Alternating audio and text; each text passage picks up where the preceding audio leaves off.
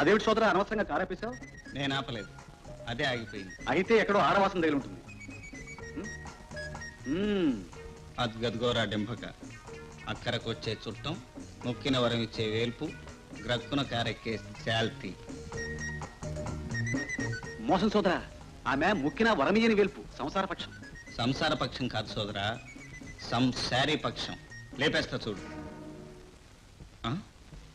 నేను చెప్పలేదా సోదరా ఆమె లిఫ్ట్ కాదని? ఉండి చెప్తా. మేడం, ఒంటరిగా ఉన్న ఆడవాళ్ళని చూస్తే నా కారు కదలనంటుంది, నా గుండె ఆడనంటుంది. ఎంత దూరమైనా ఎంత ఖర్చైనా పర్వాలేదు, మీకు అభ్యంతరం లేకపోతే కారు ఎక్కండి.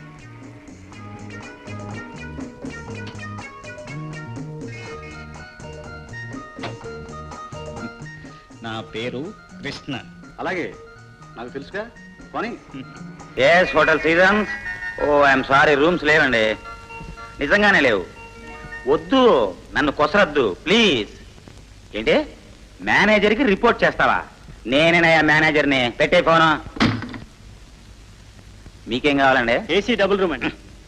AC double room? మీరు విశాఖపట్నం నుంచి వస్తున్నారా? తెనాలి. రండి రండి. నేను ఇప్పటి వరకు ఫోన్లో మాట్లాడింది తెలుగులోనే కదా, అర్థం కాలేదా? ఏసీ డబుల్ రూమే ఉంటే వాళ్ళకి ఫోన్లో పంపించేవాడిని కదా. వెళ్ళండి వెళ్ళండి. హోటల్ సీజన్స్ కదండి. హోటల్ సీజన్స్ అంటే అన్ని ఋతువులకి, అన్ని వాతావరణాలకి, అన్ని రకాల మనుషులకి పనికొచ్చే హోటల్ అని అర్థం, నాకు తెలుసు. కానీ దీనికి కొన్ని రూల్స్ రెగ్యులేషన్స్ ఉన్నాయి.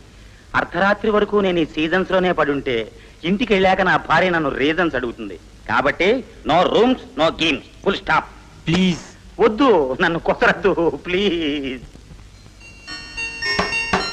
వద్దు, నన్ను కొసరద్దు. కావాలంటే మర్డర్ చేసేయండి. ఎన్నిసార్లు చెప్ప.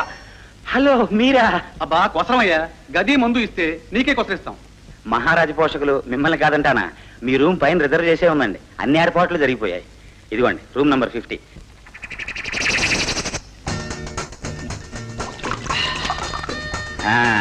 మందు బాగుందా సార్? ఏం రుచి చూస్తావా? అవును సార్, అది నా బాధ్యత. వంట చేసేవాడు కూర రుచి చూసినట్టు మందమ్మేవాడు కూడా రుచి చూసి బాగుంది లేనిది తెలుసుకోవాలి. ఒకవేళ మందు బాగోకపోతే మా హోటల్కి అప్రదిష్ట కదా సార్. ఇచ్చిన ప్రతి బాటిల్ రుచి చూస్తుంటావు అన్నమాట. అవును సార్, దీన్నే ఇచ్చి పుచ్చుకోవటం అంటారు. Cooperative system. కాదు, అది నీ బతుకు. ఏదైతేనేం సార్, కొంచెం పోయండి.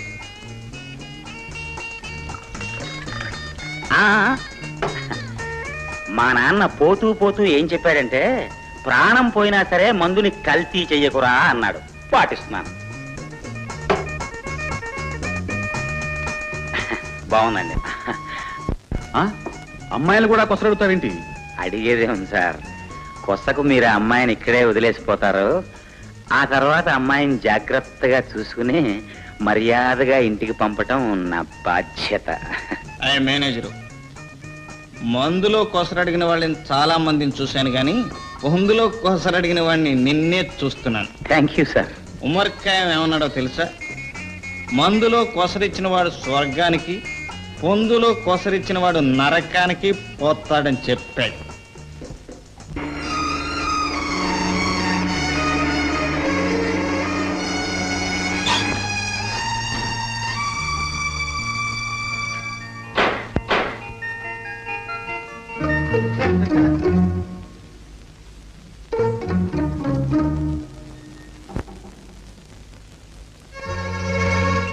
వాచ్మెన్, ఎగ్జిబిషన్ లో లక్కబొమ్మల హాల్లో నీలుక్కొని నిలబడ్డారా?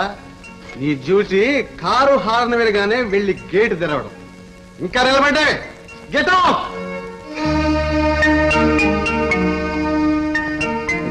బాబాయ్ మీరా? నేను మీరే అనుకున్నాను, కానీ వీడు వాచ్మెన్ అనుకున్నాడు. వాచ్మెన్ ఏమిటి బాబు, వాచ్ డాగ్ అని కూడా అనుకుంటాడు. వాడు నా కడుపుని చెడబుట్టాడు. అంటే నువ్వు చెడ్డాకనే పుట్టారు, కడకి చెడిపోయారు. నరుమై, తండ్రి నన్న భయం లేకపోగా గౌరవం ఉన్నా లేదా నీకు? ఏ ఎందుకు ఉండాలి? నువ్వు నన్ను పోషిస్తున్నావు గనక భయపడమంటావా? లాలిస్తున్నావు గనక గౌరవించమంటావా? ఈ ఆస్తి నా సోదరుడి కృష్ణది. అనుభవించడానికి నీకెంత హక్కు ఉందో నాకు అంతే హక్కు. ఓరి నీచుడా, నేను అనుభవించడం లేదురా. కృష్ణారామ అనుకుంటూ ఎక్కడో ఉండవలసిన వయసులో అన్నయ్యకి ఇచ్చిన మాట నిలబెట్టుకోవడానికి కృష్ణ కోసం బతుకుతున్నాను రా. కానీ నువ్వేం చేస్తున్నావు? నీకు అప్పగించిన ఫ్యాక్టరీని చొప్పదంట్లో నవలిస్తున్నావు, బంగారు లాంటి వాడిని పురుగులా తొలిచేస్తున్నావు. వదిలే బాబాయ్ వదిలే. ఎంత చేసినా వీడిని కొడుకు కాకపోడు, నాకు సోదరుడు కాకపోడు. అనేగా బాబు ఇంతకాలం సహిస్తూ వచ్చాను. ఇంకా వీడిని ఇలాగే వదిలిపెడితే ఆ ఫ్యాక్టరీనే కాదు, నీ ఆస్తి అంతా తినేసి నీ ఇంటి వెనకాలే ఒక గొయ్యి తీసి అందులో మన ఇద్దరిని పాతి పెట్టారు. అవి నీ బుద్ధులు.